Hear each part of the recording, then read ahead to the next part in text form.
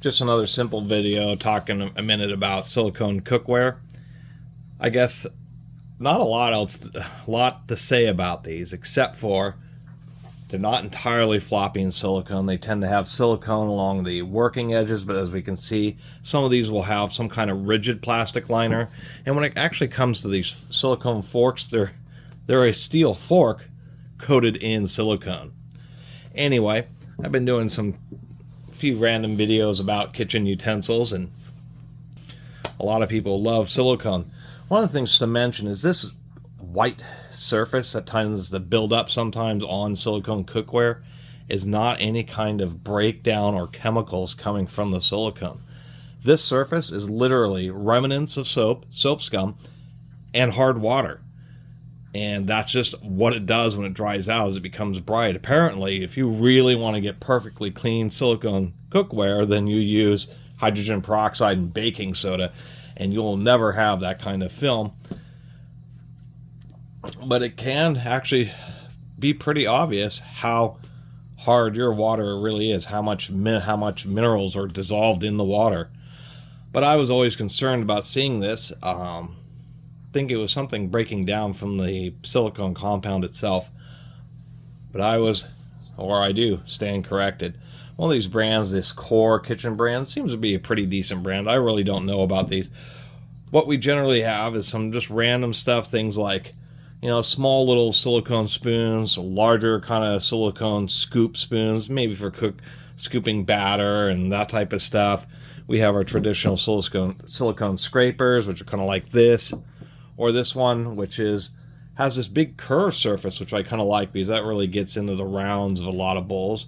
There's a lot of different shapes of this silicone cookware, and that's kind of the deal. Is you do need a bit of a variety, just because, these, because you need different shapes to really make them the most effective. First off, second off, because silicone is soft, when they tend to get thrown in drawers with lots of other steel utensils, and you actually get beat up and cut and damaged. But it's not such a big deal for a tool that doesn't get hot, is totally insulating, not just thermally, but also electrically. Kind of nice bonus feature. And once again, now a little bit more into the modern era, where they're just every single style and shape. Once again, this curved one just works so great for getting bowls clean. Larger, just general purpose scrapers here. Of course, spatulas, they always tend to be pretty thick. Actually, I think this spatula is also steel. Just double checked with the magnet. It is indeed steel, just because this thin surface, there wouldn't be any kind of plastic that would actually hold up without just eventually bending or breaking. Silicone spatulas can work well in some situations, but this really thick edge that they have, if you're trying to get eggs or pancakes, they tend to bunch up on it. But they are still a handy item to have. Once again, when you're working noodles and stuff, it's just kind of nice to have these insulated forks. This one's more like a traditional fork with the curve. This one's kind of odd because it's like fork hybrid spatula kind of weird thing. Anyway, just another spoon here. We have deeper spoons here, like serving or gravy spoons. This one's kind of nice because it actually, you can almost see there the edge of the hard plastic with the silicone is. Actually, this may be steel as well.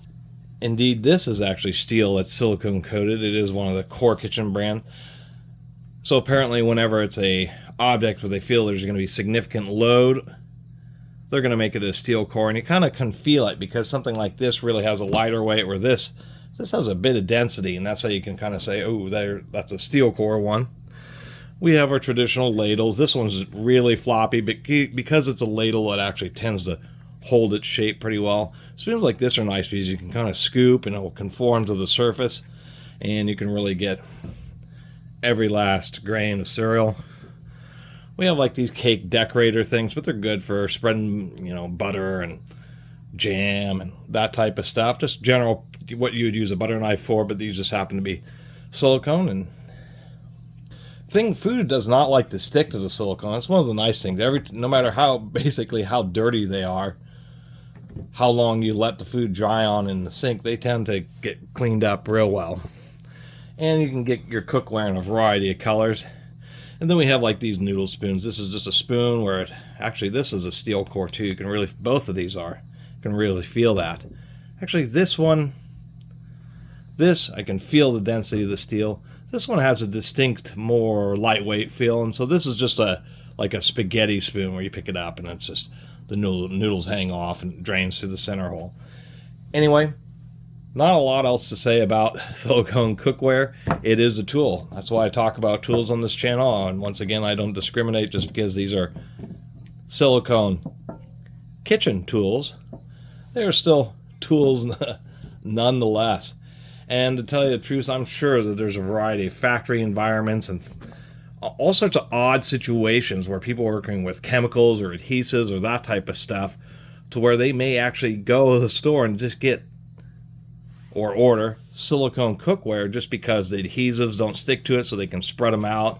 I remember somebody once mentioning that where they were working, they had silicone kitchen utensils because they just tended to be the cheapest and held up and were pretty inert for whatever they were working on. Anyway, appreciate you all watching. You can always support the channel through the YouTube Super Thanks system. See you next time.